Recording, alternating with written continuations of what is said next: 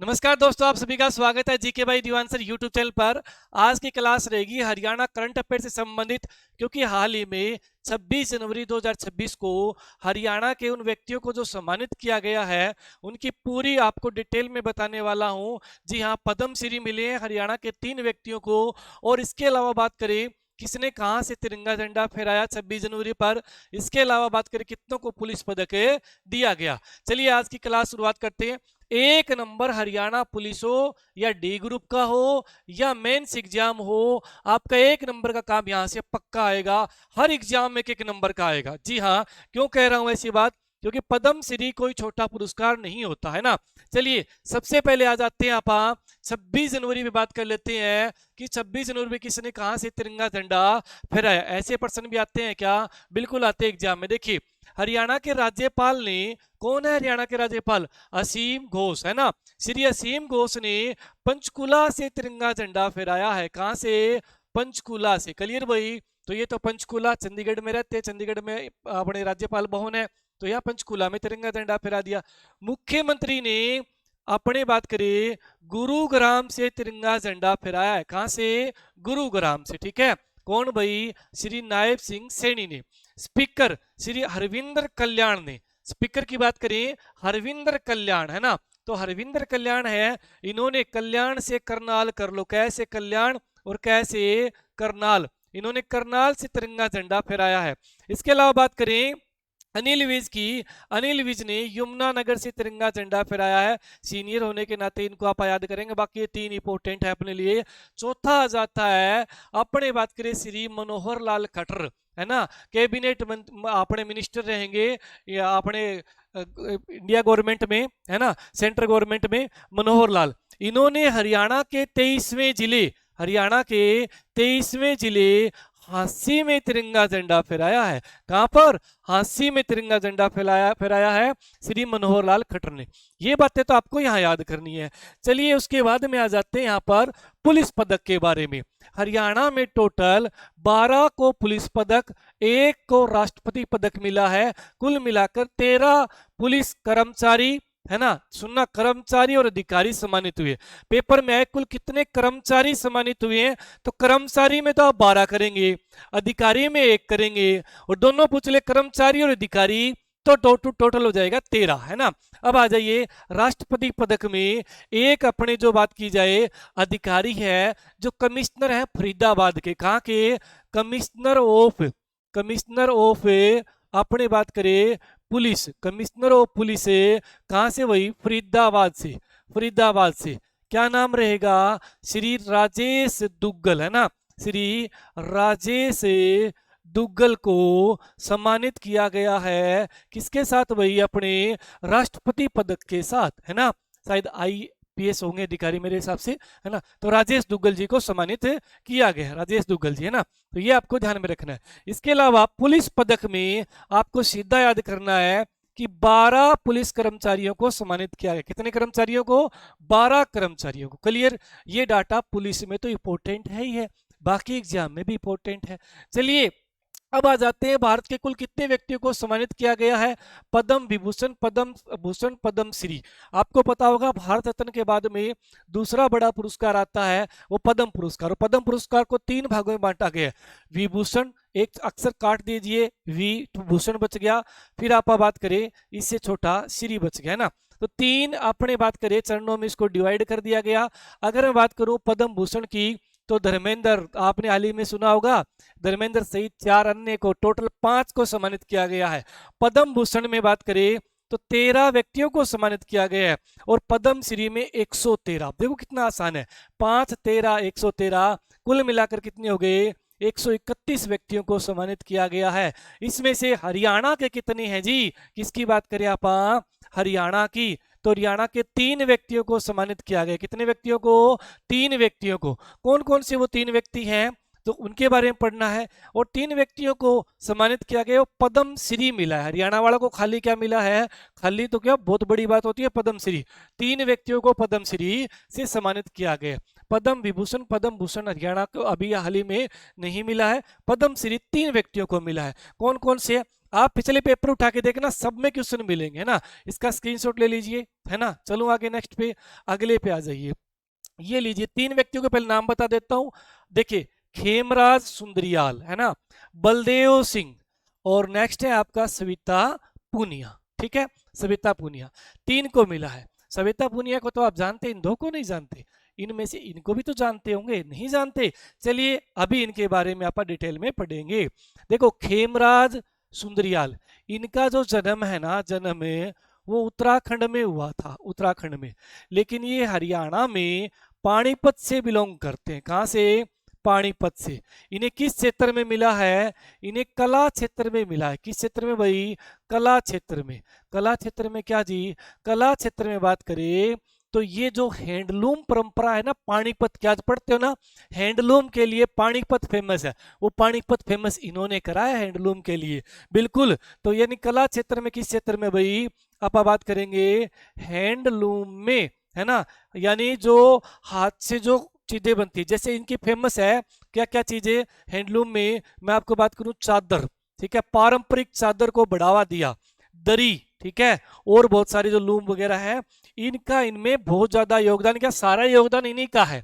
81 साल की उम्र में, 81 वर्ष की उम्र में इन्हें ये दिया गया है, बूढ़े हो चुके हैं, और अपनी जो पारंपरिक चादर, दरी, लूम है, इसको आगे बढ़ाने का काम किया। और पानीपत को हैंडलूम सिटी कहते हैं, वो इन्हीं के कारण कहते हैं। ठीक है, समझ में आई। तो इनका संबंध पूछा जाएगा खेमराज सुंदरियाल का। देखो, सुंदरियाल, सुंदर सुंदर चादर, सुंदर सुंदर दरी बनाते हैं ना, सुंदर सुंदर हैंडलूम बनाते हैं, सुंदर सुंदर कलाकारी करते हैं। इनका जन्म पानीपत में हुआ, और अपने जन्म उत्तराखंड में हुआ, लेकिन हरियाणा से, पानीपत से बिलोंग करते हैं। ठीक है, तो इन्हें हरियाणा की तरफ से ही दिया गया है। अपने बात के लिस्ट में भी हरियाणा से खेमराज सुंदरियाल को सम्मानित किया जाता है, यूं कह के बुलाया गया। अगले पे आइए, बलदेव सिंह। बलदेव सिंह है ना, हॉकी के खिलाड़ी हैं भाई। किसके? हॉकी के खिलाड़ी हैं। ठीक है, हॉकी हो गया, यानी इन्हें अपने खेल क्षेत्र में दिया गया है हॉकी, है तो ठीक है। इनका जन्म जो है, जन्म इनका पंजाब में हुआ। कहां पे हुआ जन्म? पंजाब में। लेकिन ये वर्तमान में हरियाणा के, अगर मैं बात करूं यहां पर, वर्तमान में ये शाहबाद से है। कहां से? शाहबाद।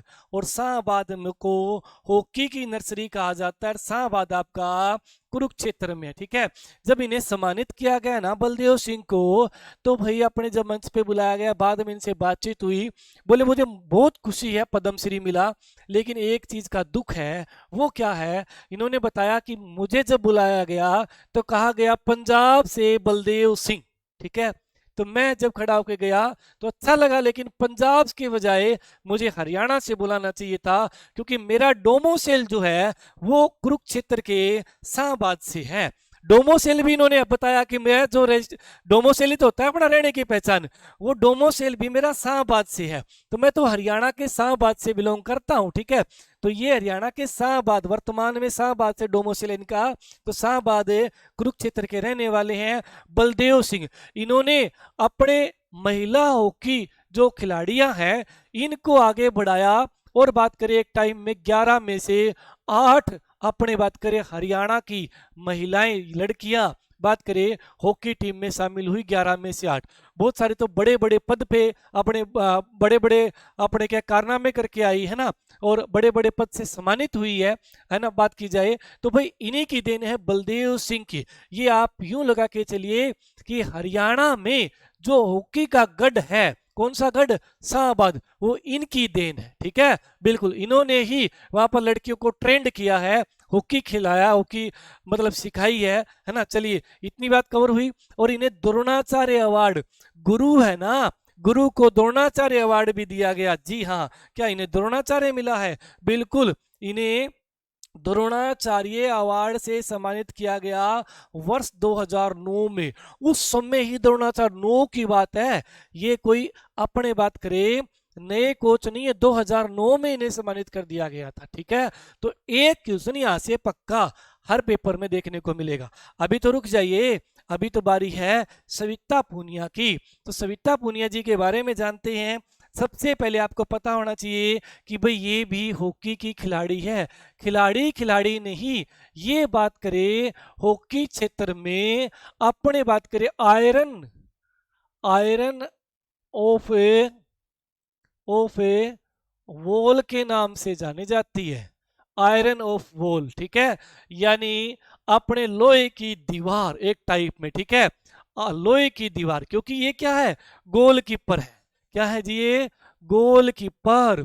गोलकीपर का काम क्या होता है, आप सभी को अच्छे से पता होगा। तो ये आयरन ऑफ वॉल के नाम से फेमस है। अब आ जाते हैं इनके जन्म के बारे में। तो जी इनका जन्म जो है वो राजस्थान में झांसल, झांसल गांव में हुआ था।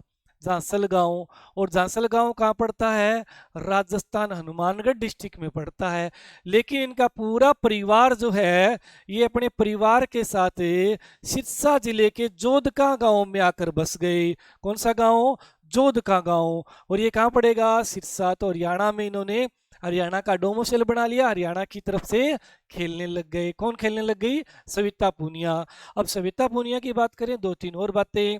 सविता पूनिया ने वर्ष 2022 में बहुत अच्छा प्रदर्शन किया, 23 में भी किया, 24 में भी किया, 22, 23, 24 लगातार, लगातार तीन बार इन्हें best goalkeeper, goalkeeper, best goalkeeper, goalkeeper of the year, of the year से सम्मानित किया गया। ठीक है, 3 बार, है ना। तो ये गोलकीपर ऑफ द ईयर है, 3 बार मिला है। ठीक है, 3 बार। तो भाई अपने बात करें 22, 23 और 24। अच्छा यही नहीं, इन्हें 2018 में अर्जुन अवार्ड भी मिला था। अर्जुन अवार्ड, अर्जुन अवार्ड कब मिला जी, अर्जुन अवार्ड मिला इन्हें 2018 में। किन्हें, सविता पूनिया को। ये कुछ टाइम के लिए, अपने बात की जाए तो कप्तान भी रही है हॉकी टीम की, और उप कप्तान इन्होंने 2020 में अपने अच्छा प्रदर्शन किया, और हरियाणा को नहीं, भारत की हॉकी टीम को अपने बात करें सभी फाइनल तक पहुंचाने का श्रेय इन्हें जाता है 2020 वाले ओलंपिक गेम में, है ना। तो भाई सविता पूनिया को सभी जानते होंगे। ये बातें सविता पूनिया जी के बारे में आपको ध्यान में रखनी है। क्लास कैसी लगी, अच्छी लगी हो तो वीडियो को लाइक और चैनल को सब्सक्राइब कर लेना। और अपनी ये जो हार्ट ऑफ हरियाणा बुक है ना, आपको नजदीक आके दिखा देता हूँ, मार्केट में सब जगह अवेलेबल है। ठीक है, इसमें क्या है, आपके 23 जिले इंक्लूड है। ठीक है, ऐसा नहीं कि भाई 23 जिले लिख दिया, 2 पेज पे थोड़ी बहुत कहानी लिख के 23 जिले बना दिया। पूरी बुक में चेंजमेंट है, सभी मैप में चेंजमेंट है। जहां जहां जिक्र हुआ भाई, अपने हिसार की विधान, बहुत सारी बुक ऐसी मिलेगी जिनके अंदर क्या है, 23 जिले बना दिए 80। ठीक है, लेकिन हिसार में से आज भी उन्होंने अपने नार नो दासी को डिलीट नहीं किया, वही चीजें वहां पड़ी है ना। राखी गढ़ी आज भी वहीं पड़ा है हिसार में। उनकी तो बुक में ऐसा है, मेहनत सिर्फ क्या उन्होंने 2-3 पेज में करी है, 2-3 पेज में दाएं बाएं से उठाया, है ना, और डाटा दे दिया। ठीक है, लेकिन बुक में कहीं चेंजमेंट नहीं। हरियाणा का दूसरा बड़ा जिला आज भी उनकी बुक में हिसार मिलेगा, किसमें, क्षेत्रफल में, है ना, जनसंख्या में भी आज उनकी बुक में पड़ा है। अभी भी अगर उनकी बुक में उठा के देखना, कोई भी बुक खरीदो तो उसमें देखना कि जो अपने 23 जिलों की स्थापना है, पहली बात तो उसमें 22 जिलों की स्थापना मिलेगी। ठीक है, अगर मिल भी गई 23 जिलों की स्थापना, उसके सामने क्षेत्रफल मिलाना, हिसार का क्षेत्रफल आज भी वही पड़ा मिलेगा आपको। यानी उतनी ज्यादा गौर नहीं की गई, सिर्फ मतलब गौर की गई कि ऊपर 23 जिले लिखा जाए, है ना। तो ये बुक आपके लिए बेस्ट बुक रहेगी, मार्केट से जाइए परचेज कीजिए। एरर फ्री बुक 2026 की एकमात्र बुक रहेगी, आगे भी है अभी भी है। ठीक है, धन्यवाद, मार्केट से ले सकते हैं। और इसमें आपको बता देता हूं, सीईटी के क्वेश्चन ऐड करके 1600 प्रीवियस क्वेश्चन है, 23 जिलों का डिटेल में डाटा है, सभी टॉपिक हैं थ्योरी के, और प्लस में अभ्यास की एक्सरसाइज यानी जिसे बोलते हैं अपा, वो क्वेश्चन भी है इसके अंदर, है ना। आईसीएस पब्लिकेशन के साथ बबीता मैम की देख रेख में इस बुक को पूरा तैयार किया गया है। पूरी मार्केट में ये बुकें अवेलेबल है जी।